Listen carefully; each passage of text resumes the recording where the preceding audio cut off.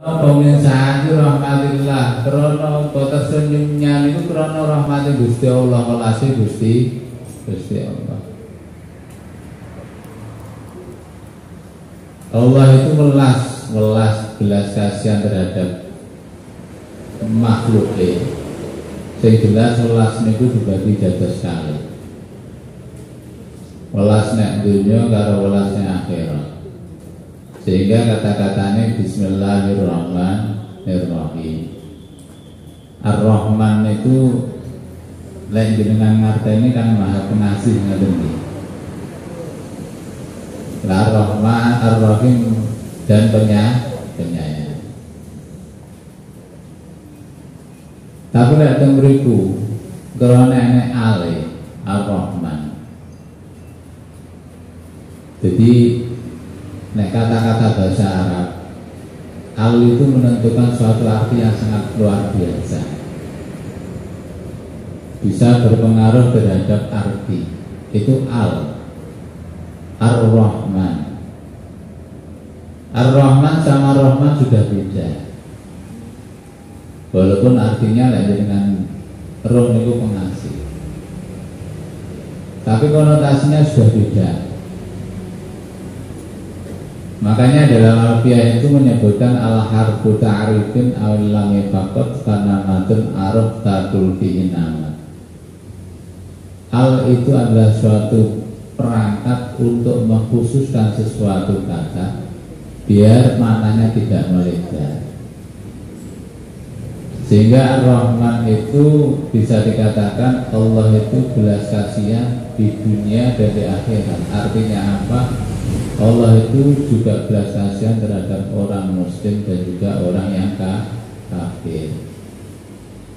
Makanya wong iki walaupun gak Islam ya bangga oleh nikmat, walaupun gak salat ya bangga suci, karena Allah Ar-Rahman. Baru nanti ketika sudah di akhirat, maka karena alnya Ar-Rahimnya ada alnya, maka belas kasihnya rahmatnya Allah itu khusus pada orang-orang yang beriman. Sehingga orang-orang yang tidak sholat itu nanti tidak mendapat rahmatnya Allah. Makanya ketika dalam suatu kisah ada seorang soleh, ini mendapat anugerah di akhirat dengan anugerah yang sangat luar biasa. Akhirnya masuk surga. Kemudian ditanya oleh Allah, sebab apa kamu masuk surga? Sebab amal ibadah saya.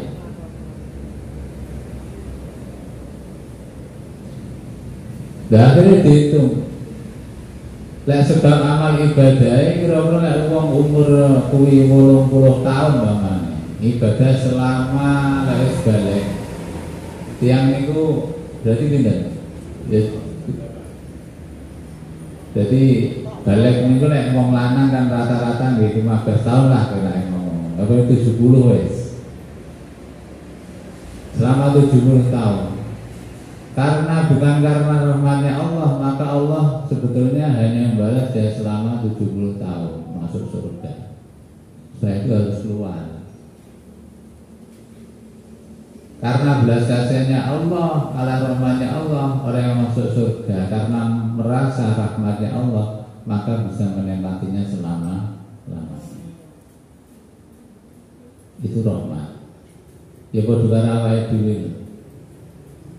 Kadangkala apa yang kita kehendaki itu tidak sesuai dengan kenyataan. Tentu arep-arep ana wong nyarutang tidak nyarutang. Entuke kok min wilayah tasib di tempat yang mana kita tidak menyangkanya, itu namanya rahmat. Lek petani juga, petani itu nanti ini mesti nandur lombok, perlu nyegat bisik-bisikan. Tapi ya gak ero, soi panen apa gak. Tapi biasanya basan panen, dorong panennya bareng akhirnya murah. Tadi kalau yo panen bareng ya dumuan, akhirnya enak sing gak dumuan. Lah sing dumuan tibake ora iso nyarutan krana apa? Krana pas nandur. Napa niku lombok duit utangan, bareng wae panen tidak panen. Akhirnya susah. Jadi tibake mboten susah entuk rezeki kodanan itu. Niku babakan rahmat. Makanya tiang ini kedah pandai-pandai bersyukur. Nggih. Mergo gak kabeh wong sing rezekine akeh nikmate nggih kathah. Kadhikala tiang niku rezekine akeh tapi nikmate titik. Sugih ndak ilok, montore apik. Bojone ayu, anake yo akeh. Tapi mangan apa-apa gak oleh. Karena diabetes. Arep mangkola lho buka ora oleh. Disentak bojone. Tambah longso lho. Duite oke tapi nikmate titik. Bayarane gur 5.000 pamane.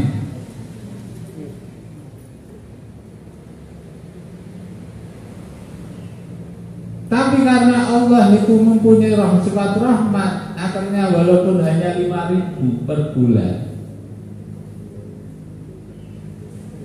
makan sate oke, kolak mlebu, wes es yo. Ini namanya nikmat. Makanya la in syakartum la azidannakum, ketika kamu pandai-pandai bersyukur, Allah pasti menambah. Tapi lek ngersulo wae inna adzabi lasyadid. Tunggu, balasan Allah itu lebih berat. Makanya Kanjeng Nabi sudah min khiyari ummati yadhakuna jahra. Jadi umat sing paling apik yaitu orang-orang yang suka tersenyum ketika bertemu orang lain. Karena apa? Ingat terhadap rahmatnya Allah. Kasawali waya bakuna sirron. Ketika malam dia berurai air mata karena apa? Khaufan min adzabillah. Karena takut siksanya Allah.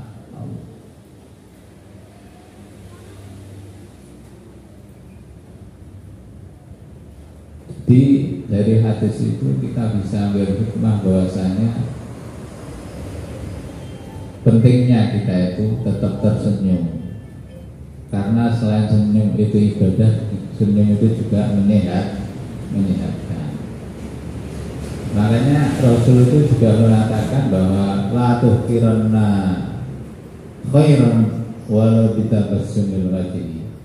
Ojo nganggap sepele kebaikan walaupun hanya tersenyum.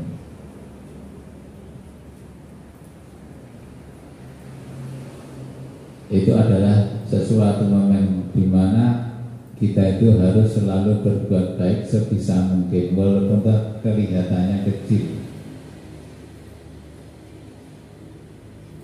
Hadirin yang berbahagia,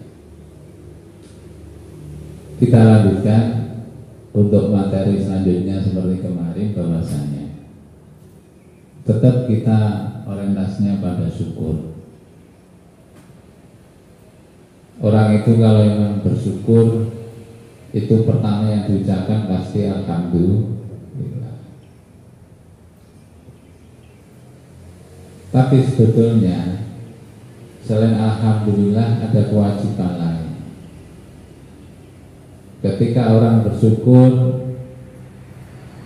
maka dia juga harus menggunakan nikmat itu dengan sebaik mungkin. Contoh, dikasih nikmat kesehatan, pripun awake dhewe niku gunane kesempatan sehat supaya awake dhewe niku bisa mengisi kesehatan tersebut dengan sebaik mungkin. Terawih ini kedah imut pilih. Orang itu tidak selamanya jadi nomor satu. Roda itu berputar. Gak selamanya wong winom sok yo bakal itu wae. Nggih. Bakal itu wae. Gak selamanya wong niku sugih bakal yo melarat. Kulo yo mate sugih. Lagi yo bakal sugih.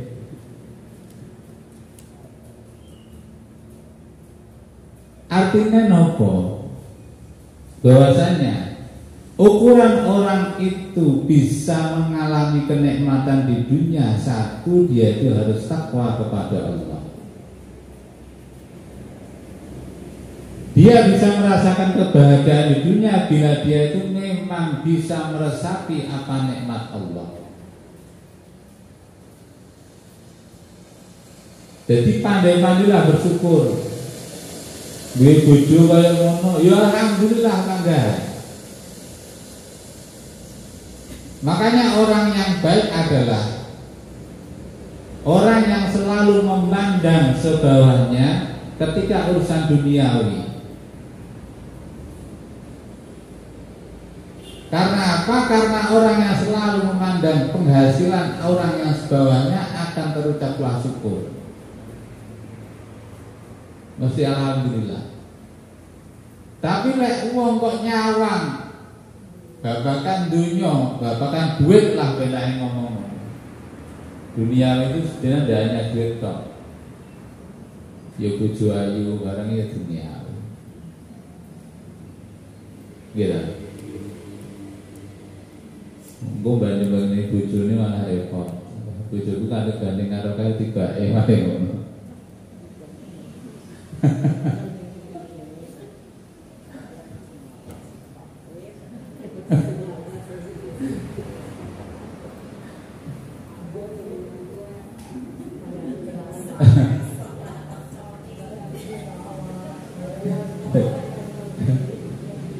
Lanjut ke itu masalah dunia.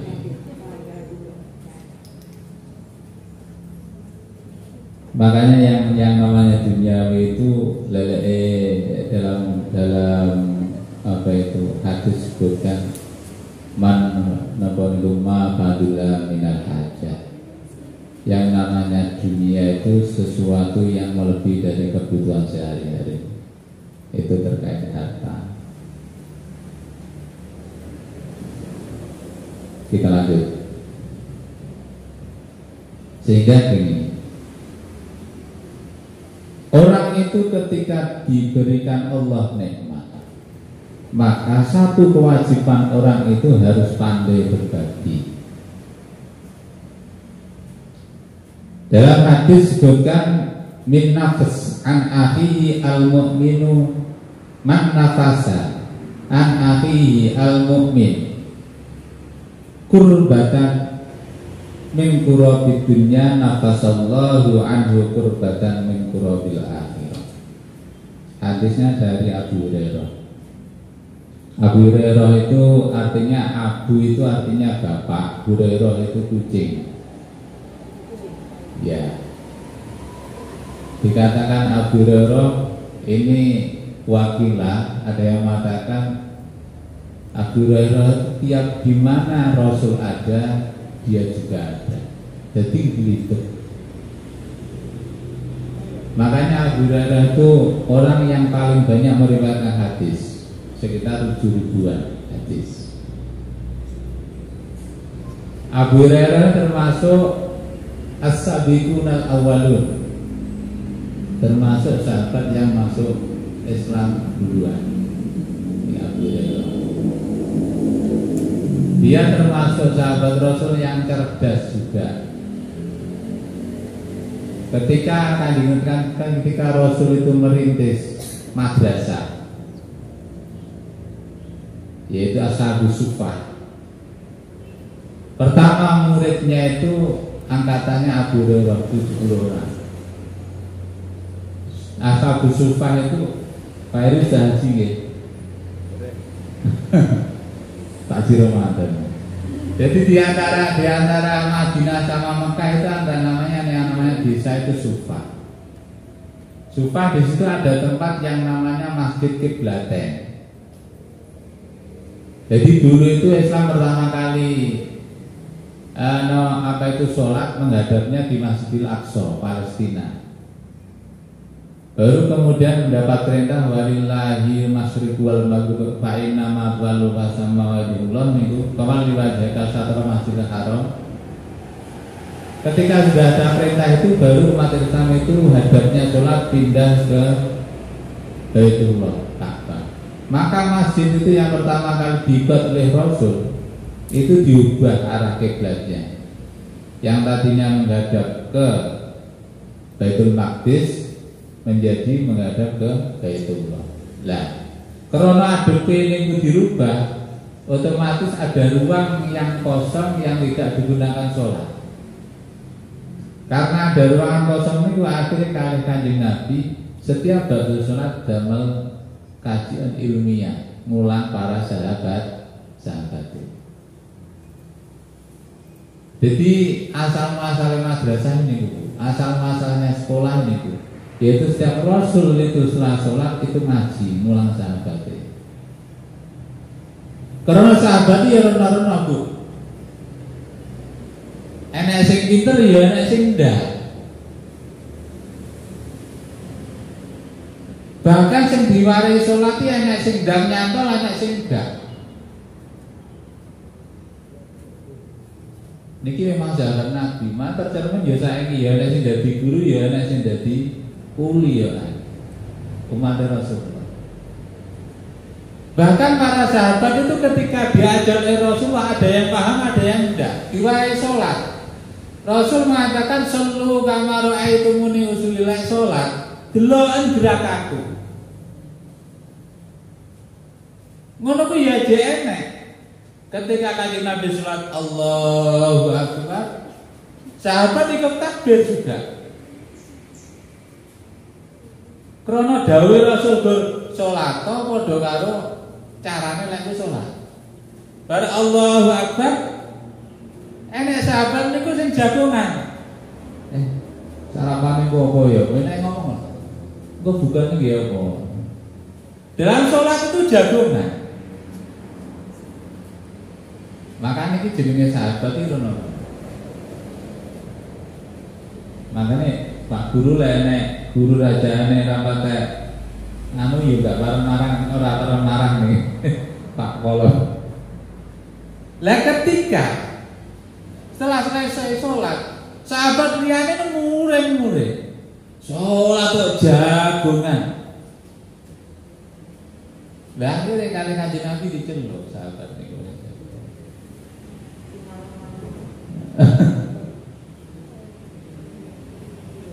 Diceluk, badan diceluk. Diaturi kali Kanjeng Nabi. Kanjeng Nabi mboten muring-muring kelek ngono. Diceluk. Salat itu memang munajat bebisik. Tapi bebisik ora karo kancane. Ora unek karo kancane. Tapi bebisik karo Allah. Baru setelah itu sahabat itu kalau sholat ya dia. Tapi yang perlu kita contoh, ketika hal itu terjadi, Rasul itu tidak langsung marah. Tabayun dulu, setelah tahu apa yang terjadi, baru Rasul itu mengingatkan. Sama ketika sholat itu wajib menutup aurat. Lek wong lanang, sakjane orang kelamin gak apa-apa, tapi ya ada piye orangnya. Lek orang putri itu boleh yang terbuka itu hanya kedua telapak tangan sama wajah. Semuanya harus tertutup dari berbagai arah, atas, bawah, samping. Lek wong lanang dari arah samping. Jadi umpama kelihatan dari pompa sujud, kelihatan dari bawah. Wong lanang gak apa-apa. Kalau anak orang-orang apa niku seorang perempuan niku mboten parah. Pas sujud ya kudu tertutup. Lapak kakine tidak boleh kelihatan.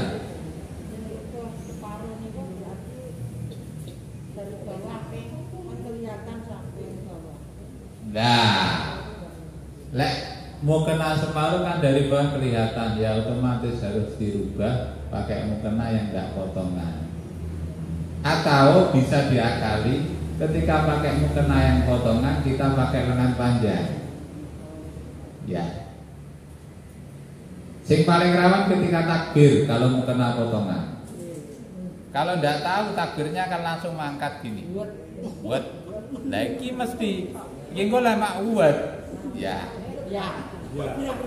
Iya, iki kok ketero terus sing ketero duduk kene barang, gulune barang ya ketero. Padahal gulu itu gulu atau napa nih? Ya gulu lah benake. Oh. Niku ya awal. Jadi lek nggawe ruko potongan niku sing ngati-ngati.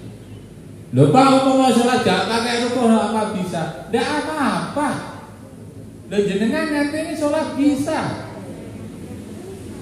Ruko niku namung teng Indonesia. Lho nyapa nang Indonesia? Karena budayane Indonesia niku gur pakai kemben. Dhisik lho. Mula-mulane. Makanya dianaknya perangkat yaitu untuk menutupi aurat namanya ruko. Makanya di Arab Saudi cukup pakai nopo niku pakai pakaian sehari-hari langsung sholat. Sama nyoba di Malaysia, kok nggak ruko Indonesia, masih ngono, bicam Indonesia. Malaysia nggak pakai ruko ya, jadi sholat pakai jilbab ngeten iki bisa.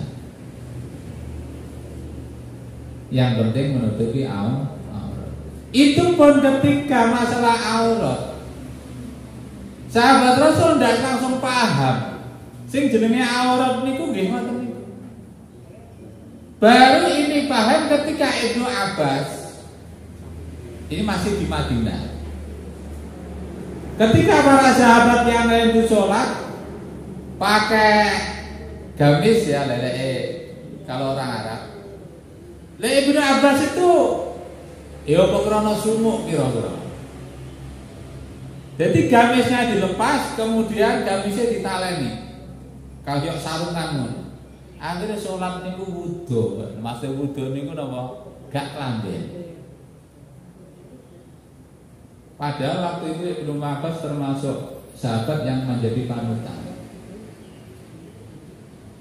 Lah karena gak klamben akhirnya bar sholat sahabat lainnya ya enggak.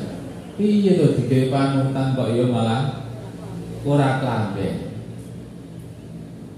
Akhirnya lapor karo Kanjeng Nabi. Dilaporne jenenge Ibnu Abbas niku sholat mboten damel rasa ora klamben. Kanjeng Nabi pripun dawuh? Sodata Ibnu Abbas. Bener Ibnu Abbas. Artosipun pripun? Karena Ibnu Abbas melakukan seperti itu, akhirnya diketahui bahwasanya aurat sholat bagi seorang laki-laki itu baina surah wa rukbah. Bila mana dia kuwi kepepet, gak enek pakaian, umpama baina surah wa rukbah itu sudah cukup. Pokok di antara pusar sampai lutut itu tertutup sudah selesai. Lho kula luwih krana Ibnu Abbas. Ora krana pas ngaji. Makanya sing jenenge sahabat nggih rena. Sahabat ya nek sing sugih ya nek sing melarat. Ya nek sing melarat ngebet ya sugih.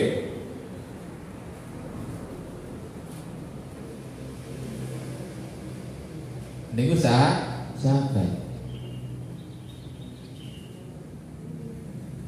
Makanya teng mriki didhawuhi saking Abu Hurairah.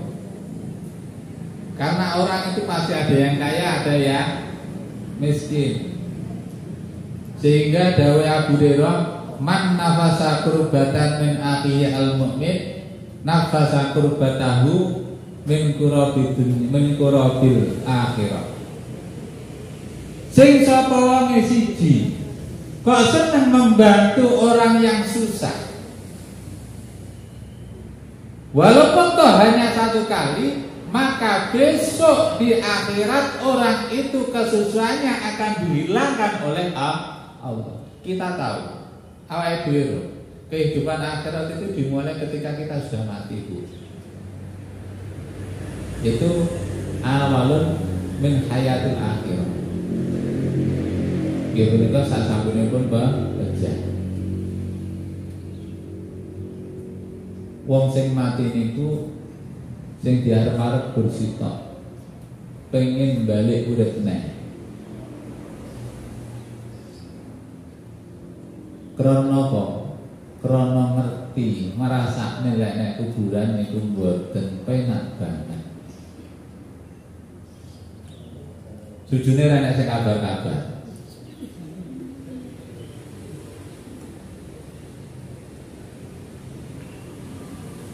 Jadi orang itu ketika sudah masuk liang lahat, yang paling diinginkan yaitu kembali ke dunia. Untuk apa? Bukan untuk kerja, tapi untuk beribadah.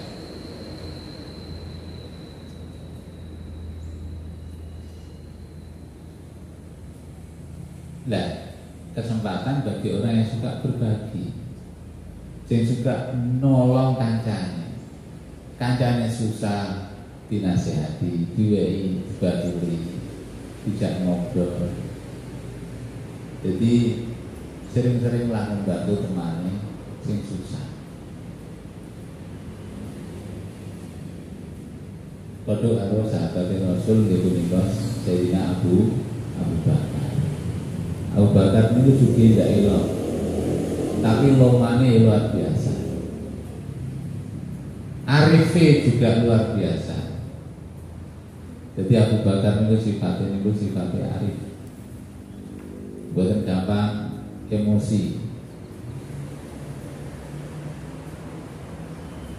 Ini salah sekalipun sahabat ingkang paling sugih Yoloman. Makanya ngeten para hadirin ingkang mulia. Tiang itu kembali pada awalnya memang manusia menika gampang diparingi sifat ingkang Rasulullah. Wong Rasulullah jalaran nopo? Jalaran rumangsa dhewe mengko ketekanan beban sing abot. Nggih. Lah, seperti inilah kita dipun syariataken ketika kita tahu bahwa teman kita itu susah, maka Allah diri itu tampil sebagai orang yang bisa minimal membantu supaya apa susah ya besok nek akhirat iki iso disudul oleh Gusti. Ini sing pertama. Sing nomor kali. Wa man yasaru ala mu'sir yassarallahu alaihi fid dunya wal akhirah. Sing sapa wonge gelem mempermudah urusan orang yang dalam kesulitan, maka Allah akan memberikan kemudahan di dunia dan juga di akhirat. Tapi saya ini model selama bisa dipersulit, mengapa dipermudah?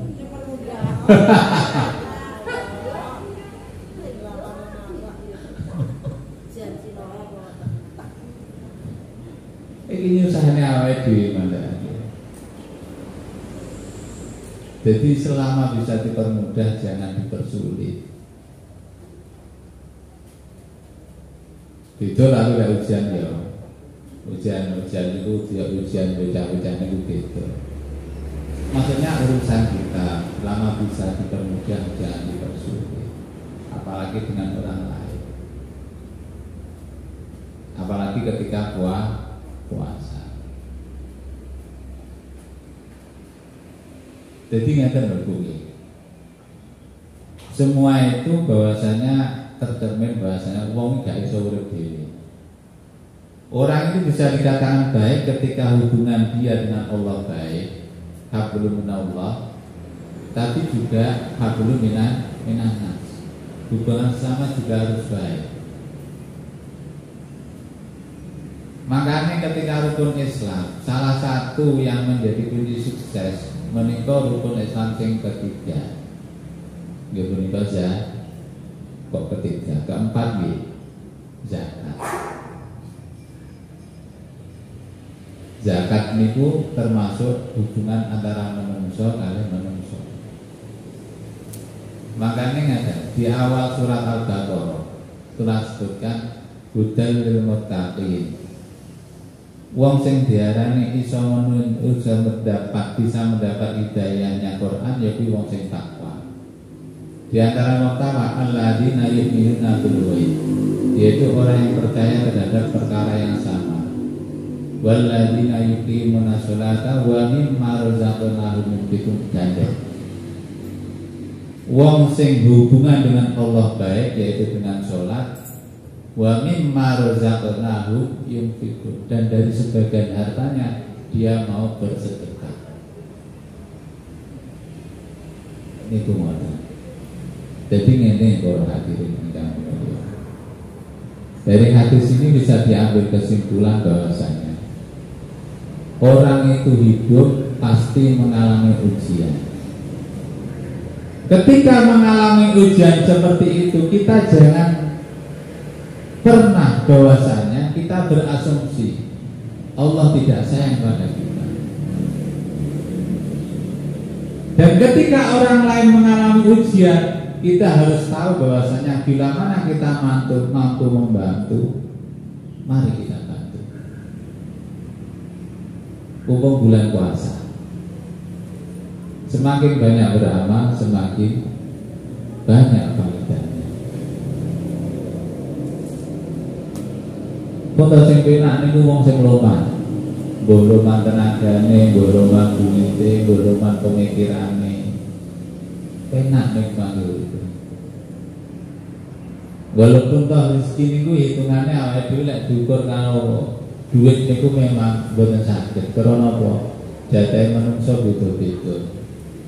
Lah memang kan dhisik dijatah kursak mengkok dibeki ya malah buta. Gitu. Jadi jatahe wong itu rezekine beda-beda. Masalah keuangan. Makanya laisal ginal mal. Sing jenenge sugih niku sanes sugih bondo. Walakin al-ginal qalbi. Sing jenenge sugih niku sugih ati. Makane ngeten para hadirin.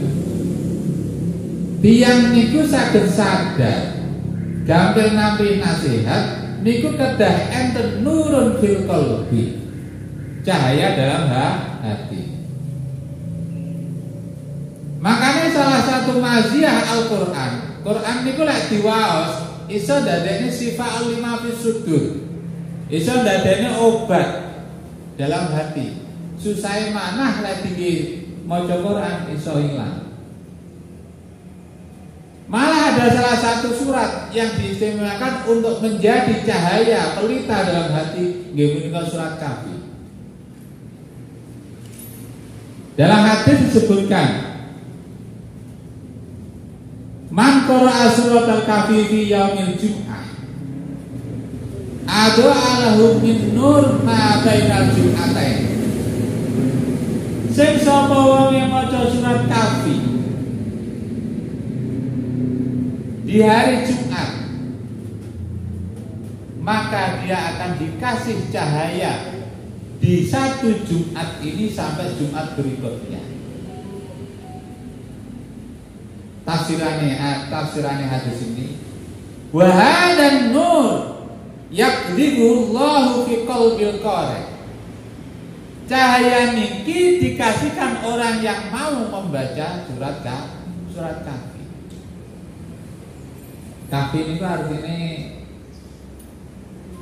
gua.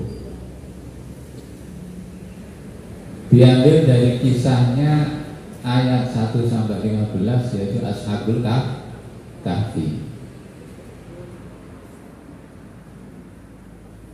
Ini orang yang berjuang untuk membela kebenaran karena kalah dengan raja yang lalim, akhirnya 7 pemuda ini kemudian mengasingkan diri ke gua sampai dititipkan oleh Allah sampai beberapa ratus tahun. Ini kisahnya Surat Al-Kahfi. Jadi ketika kita ingin cahaya hati kita itu bisa terang, hati ini iso enek cahayane ya iso rudetku. Lek awake dhewe mudah menerima nasihat berarti cahaya hati kita itu terpancar dengan baik. Tapi lek nampa nasihat wangel iki mesti kebek karo sing jenenge maksiat. Senengane susah, lek gak usah ngono yo ngrasane, lek gak ngrasane yo ngenyek, lek gak ngenyek yo ki gak tau syukur. Panggah piye?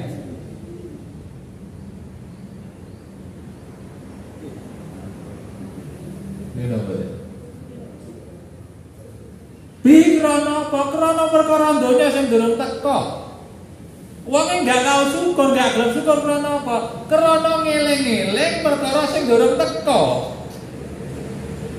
Duwe motor angen-angene mobil, padahal mobil durung teka. Menyiksa diri, tapi apa enggak dilakoni kenyataane. Akhirnya gak gelem syukur. Makanya nikmat yang terbaik adalah nikmat yang saat sekarang kita miliki. Maka bersyukurlah. Jadi keadaan bagaimana kita yang saat ini itulah yang terbaik. Ojo kaya sampai sak labah. Sak labah sahabat Rasul. Tapi melarat. Tapi nak terus akhirnya sedih. Salah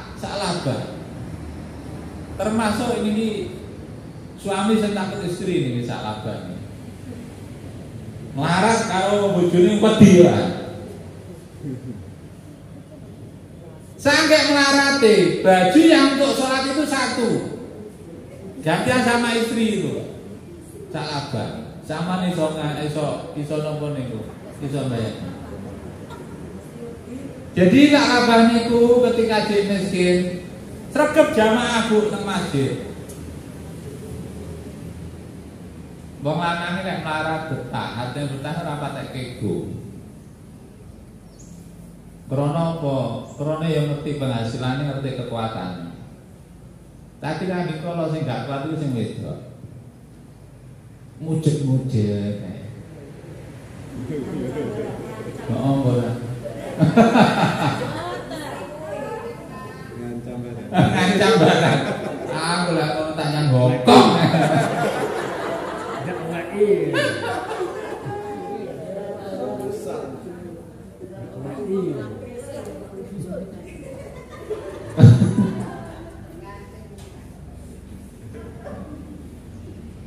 Baru ngoten sak labah niku didamel Kanjeng Nabi krana apa? Ketika pendak bersalat jamaah bersalam langsung masuk, enggak derek halaqah pengawasan. Akhirnya kan Kanjeng Nabi udah ngubah sama mulai rame-rame apa benar ngomong. Aku tuh Kanjeng Nabi ini kira soalnya ganti gentosan kali garwane damel sholat. Sahabat kan bagian juga suwi-suwi sesasi rong sasi betah setahun betah. Akhirnya krana sahabat liyane niku grit ekonomine naik kan setelah hijrah kan dia melarat padha melarate to. Krana hijrah nek Madinah bondone kabeh kan ditinggal. Tapi sahabat yang lain itu lama-kelamaan grite niku naik. Wis sugih, wis duwe tumpakan sing penak. Salah kok panggah. Lah karena ngono sing wedok sini gak betah. Pak. Anu ya. Biasanya nyelok ya apa yang ngono Bu. Iya. Kalau tak sirik. Apa mbahku? Nyapa dulu mbahku wis late lho mak mboten panggung.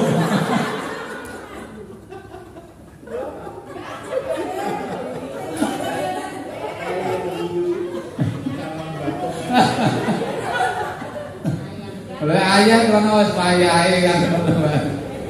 Ya wayahe budal.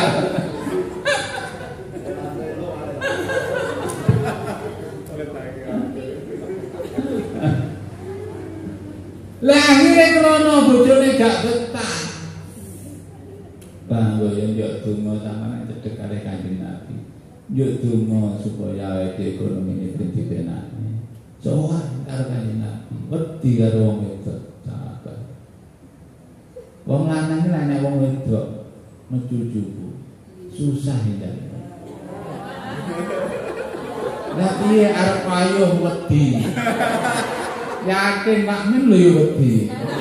Ya Pak Min ini tipe anak pun laki-laki daman gede dhuwur lho juga.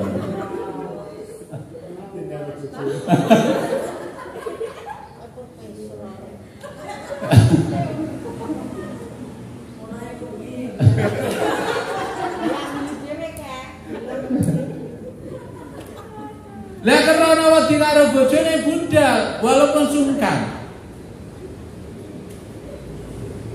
Tekan Kanjeng Nabi mak badhe matur salabah yo bingung.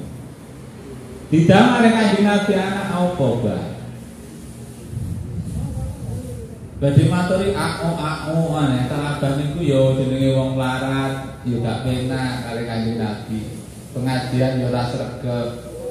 Artinya bukan termasuk sahabat yang bisa meriwayatkan hadis ini sahabat.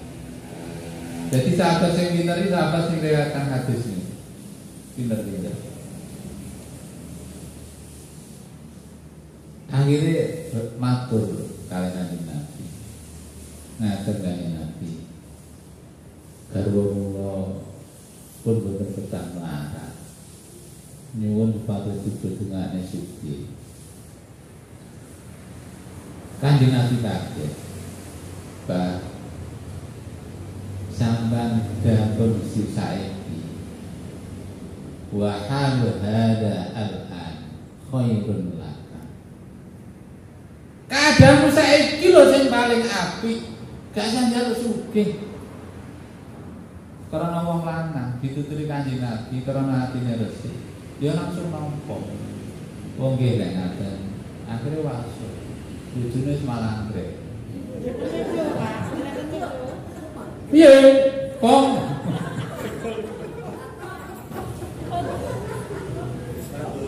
wis matur. Kanjeng Nabi ndak kersa. Wes salabah pusing wis sampe. Bar ngono gak labah biasa krono wis apa? Wis biasa bojone kaya ngono wong lanang memang sabar. Sing sabar. Jadi wong lanang niku tegas Umar bin Khattab puasa tapi nek karo bojone yo gak wani. Jadi diumur nang bojone Umar bin Khattab iki kaya Garut-Garut nang gabite. Matek lu. Wong lanang kan renang jogo to ya. Tapi nek jero karo bojone wis. Dene doyone. Lemes. Akhirnya bar ngono lain waktu istrinya juga gak kuat konsoan meleh. Kanjeng Nabi jawabane panggang, ojo Bang. Ora usah njaluk sugih. Bar ngono bojone ngundak nesu, njaluk pegat malah narepan. Akhirnya salabah yo bingung. Sowan malih akhirnya Kanjeng Nabi ndonga. Tenan. Jenenge Kanjeng Nabi donga laisa bainahu wa bainas sama hijabun. Dungane Kanjeng Nabi iki gak enek aling-aling. Dungane langsung tos. Karena saking kedue kali Gusti. Dungane itu daerah cepet dikabulkan karena cedhek. Ini manungsa intine niku ibadah 5 perkara syahadat, salat, zakat, puasa, haji. Iki wis dimundur yo. Tapi lek pengin cedhek tambah salat sunah, ibadah sun mempercepat apa yang kita minta.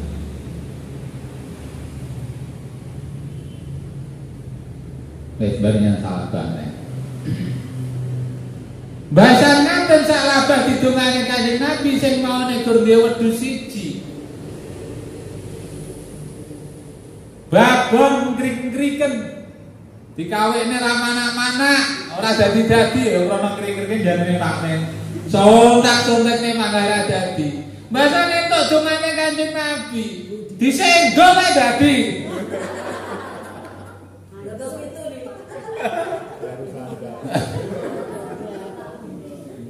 Dongane wong saleh. Loh akhirnya karena doanya Rasul yang ternaknya tadinya itu hanya satu berkembang menjadi banyak. Tahu lah jenenge wong sugih, lek biasa sugih, biasa jamaah, gak kegi karo sugih. Tapi lek biasane melarat, terus sugih, bingung arep ngatur jamaah.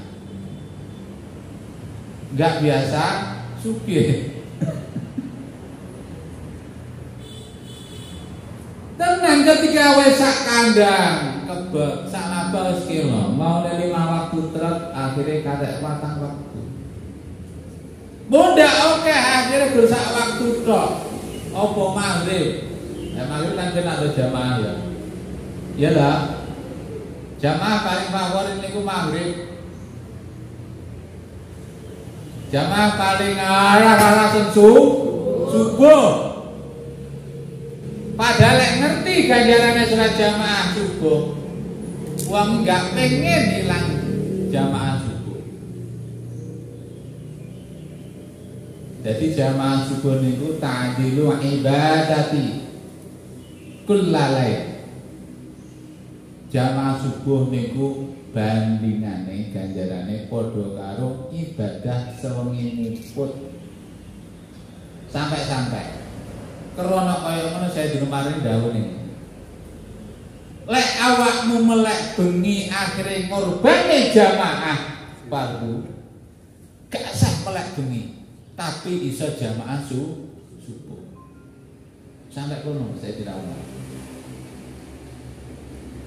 Paling abot to nggih.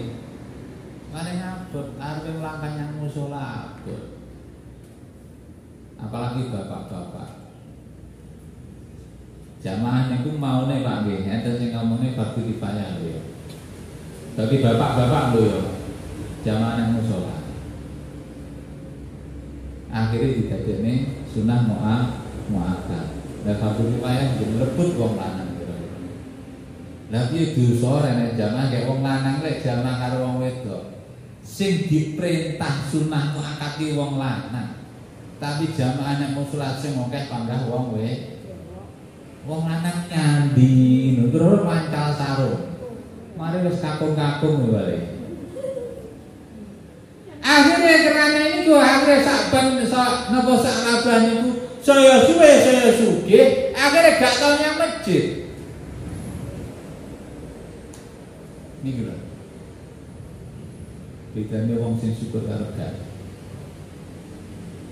Ngangen-ngangen perkara sing renek, akhirnya ketekan, akhir bahasan ketekan, tibake perkara kuwi enggak terbaik baginya.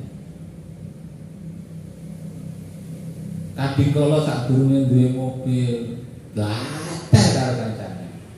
Kancane pedae motor niku lho gembos. Heeh, tak ampiri. Engko nek SMP benjo terlambat, bahasan duwe mobil. Noleh ora gelem.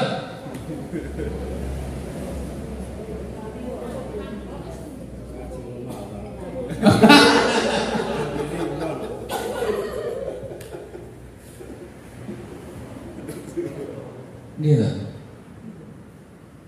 Jadi salahkan sebagai kita. Jadi ketika kita itu tahu bahwa saat sekarang adalah saat yang paling baik, maka tiada lain kita itu selalu bersyukur dan menggunakan nikmat sebaik-baik. Karena apa? Saat sekarang itu tidak akan kembali lagi. Gak mungkin balik nolnya.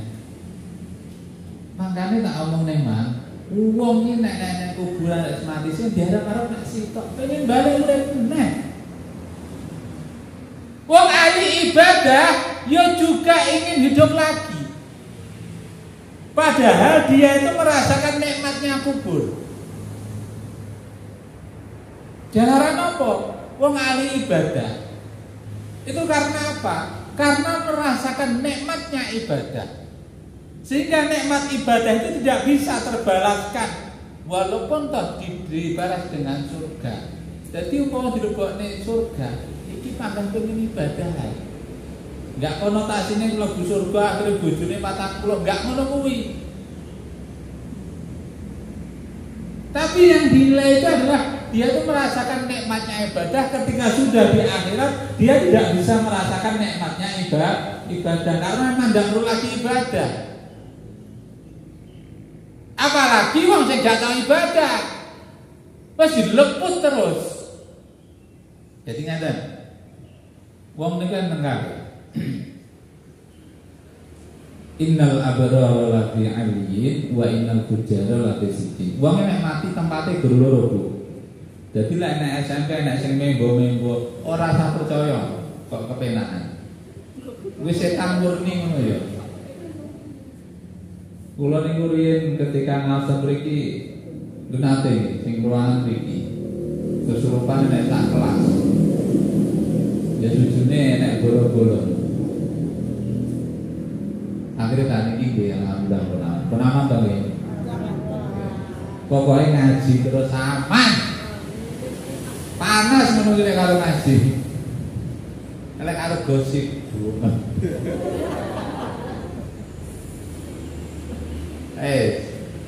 nggak ada. Kebangun bima. Tak laba. Itu mesti sholat lagi.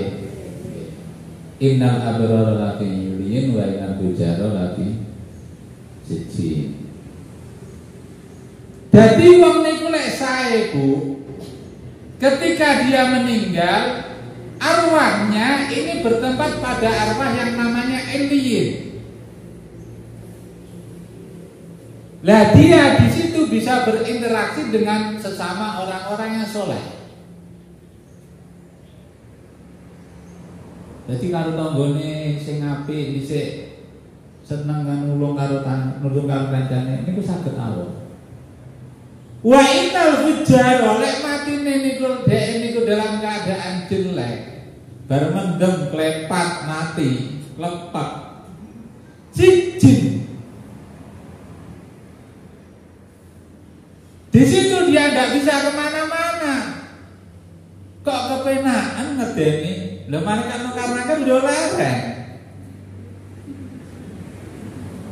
Makanya ketika sampun teng sijin tiang itu tidak bisa kemana-mana. Karena apa? Menerima azab.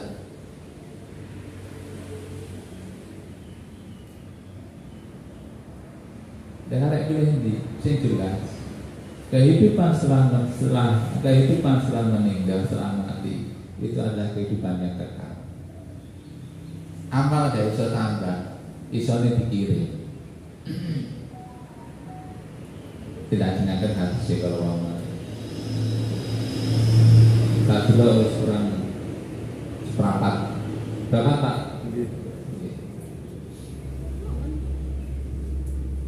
Kita mulai besok libur loh. Man salaka tariqan yaltamisu fihi ilman, lajenge hadis sawu. Abi Hurairah. Sahalallahu tariqan ilal jannah. Sing sapa wong iki sing ketiga. Yang suka dia itu menimba pengetahuan, maka sama juga dia itu mempermudah masuk surga.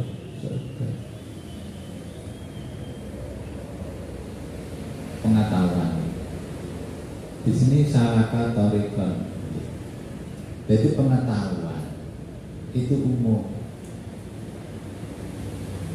Makanya ketika ada yang tanya, tolakul ilmi faridatun, ilmu pengetahuan itu ilmu tangannya apa? Siji pengetahuan yang wajib itu ilmu pengetahuan yang kaitannya dengan unsur rukun Islam yang 5.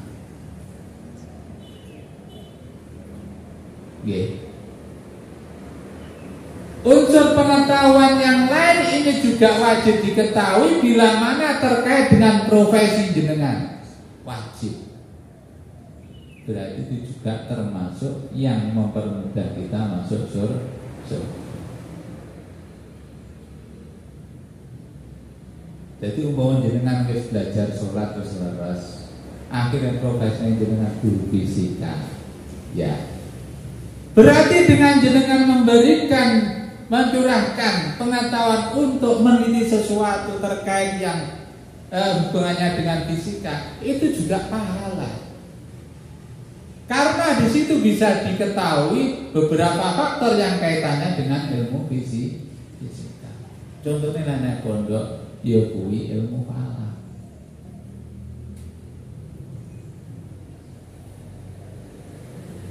Ilmu falak kok ngono to, Pak? Lah iya lerene ilmu falak sapa sing ngeruh kapan bojone. Lerene ilmu falak kapan waktu udan ya lerene sing makane ngene. Kiai niku biasane lek pinter falak. Biasane lek panas niku musim kemarau panjang, kiai bisa istisqa ya pikir-pikir.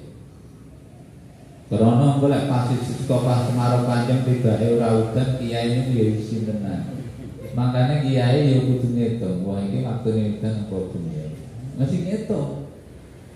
Golek diitung waktune udan. Udan. Golek dong, mesti halah sasi sik. Dijaluk ora bakal turun. Rawa yang udah. Dan terus ilmu yang kaitannya dengan profesional itu, ini wajib diketahui. Contohnya mana dagang, tapi kan jangan dagang. Terus satu ini dagang, jangan kudu ngerti ilmu dagang. Wajib.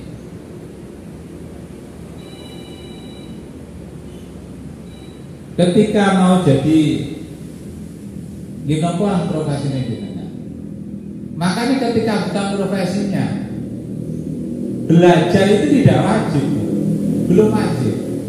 Contohnya jenengan belum wajib haji, orang usah belajar haji hukumnya tidak wajib. Tapi lek waktunya haji, maka jenengan itu wajib belajar terkait haji. Makanya tolabul ilmi fardhu, mencari ilmu itu wajib. Wajibnya itu kapan?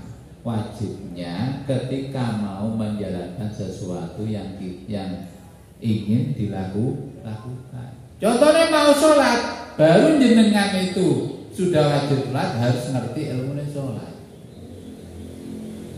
Mau nikah, baru wajib belajar ilmu nikah.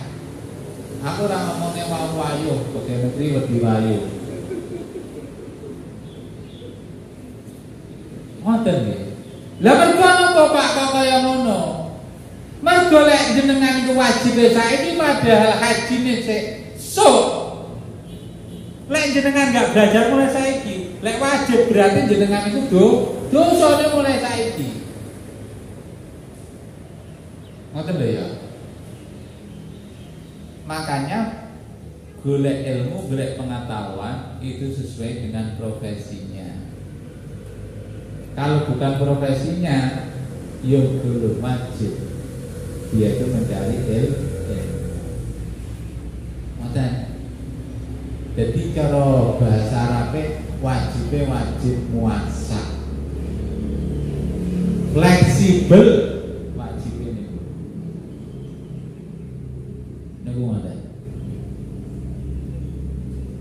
Makanya wong sing terus mencari pengetahuan niku termasuk orang yang mempermudah masuk surga.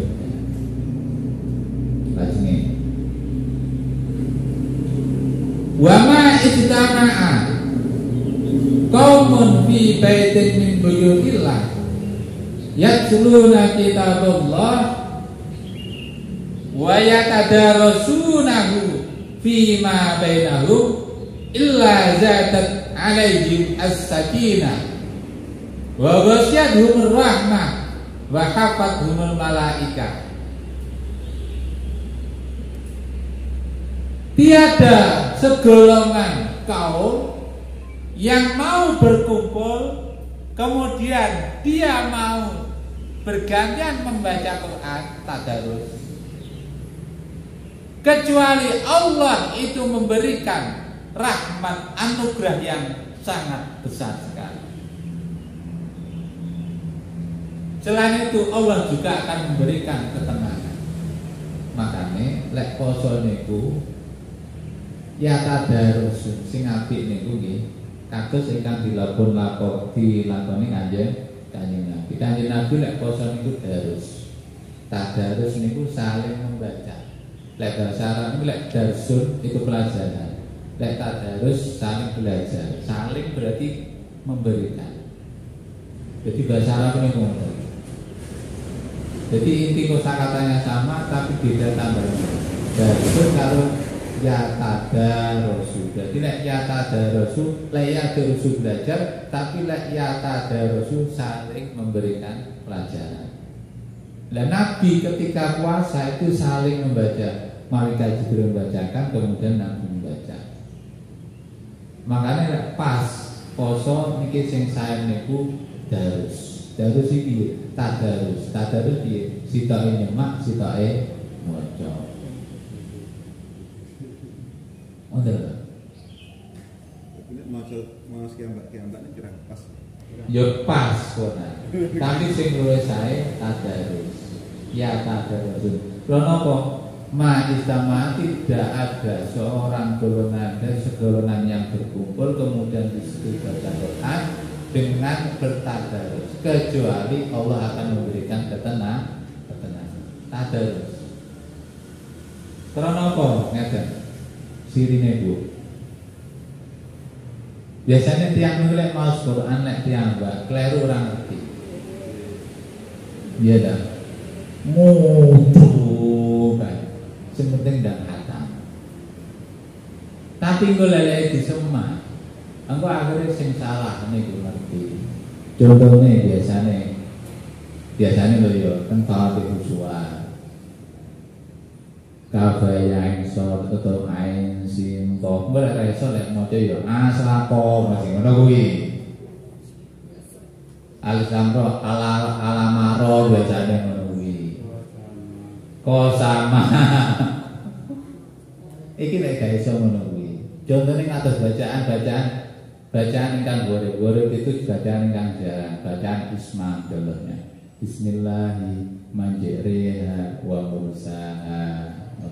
Bacaan ini malah bacaan napa niku isma contohnya la takman nah ngoten niku lek ora disemak kan yo blae to nggih contohnya malah hamzah tasir lek niku lek tulisane aa jamiu kan ngaten niku akan bacanya tulisannya karena tasir itu menggampangkan hamzah yang kedua berarti jamiu kan ngaten.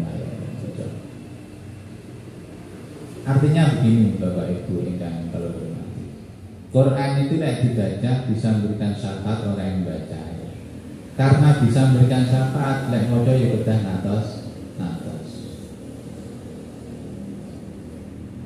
Mbelak nek wong desa ngono kae piye Pak ngajine ngaji langgaran. Sing jelas dibenere manggang mudruk. Niki maling jikuwe ngaten. Jikuwe maling yang kaidah fikih para Bapak. Ten akhokul dorore. Ketika ada dua sesuatu yang membahayakan contoh. Inggo lek ra ngaji malah lah wis ben ngaji sak kena-kenake krana wis tuwek lesane digunakne ya jadi yo loro-lorone salah sajane. Tapi sing paling akeh salahe dihindari, sing titike sing salahe dilakoni. Kadung kala nggih ngoten. Ketika kita harus mengambil keputusan mana risiko yang paling kecil, itu yang kita lakukan. Kuwi nek kaidah fikih ya ngono kuwi, akhokul dorore. Boleh dilakukan. Jadi paling cangkruk boleh cangkruknya masjid, minimal iso etika. Minimal ketika dia di musala bisa mendengarkan kalimatullah. Niku jenenge akhaful dororain.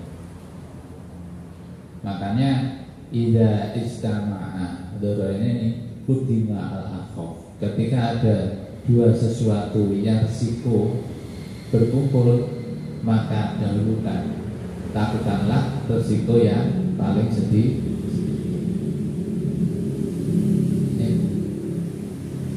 Makanya harus niku penting biar tersimak. Karena ngeten lho nggih, kula kok napa niku pamer terkait makhrajul huruf niku mboten. Jadi Quran itu ketika membaca satu persatu huruf itu mempunyai karakter sendiri-sendiri. Sehingga rawan bila mana kita itu baca Quran tanpa disimak. Makanya biasanya wong lek belajar Quran kudu musafahah. Musafahi adu lambe, nusewu ora kok.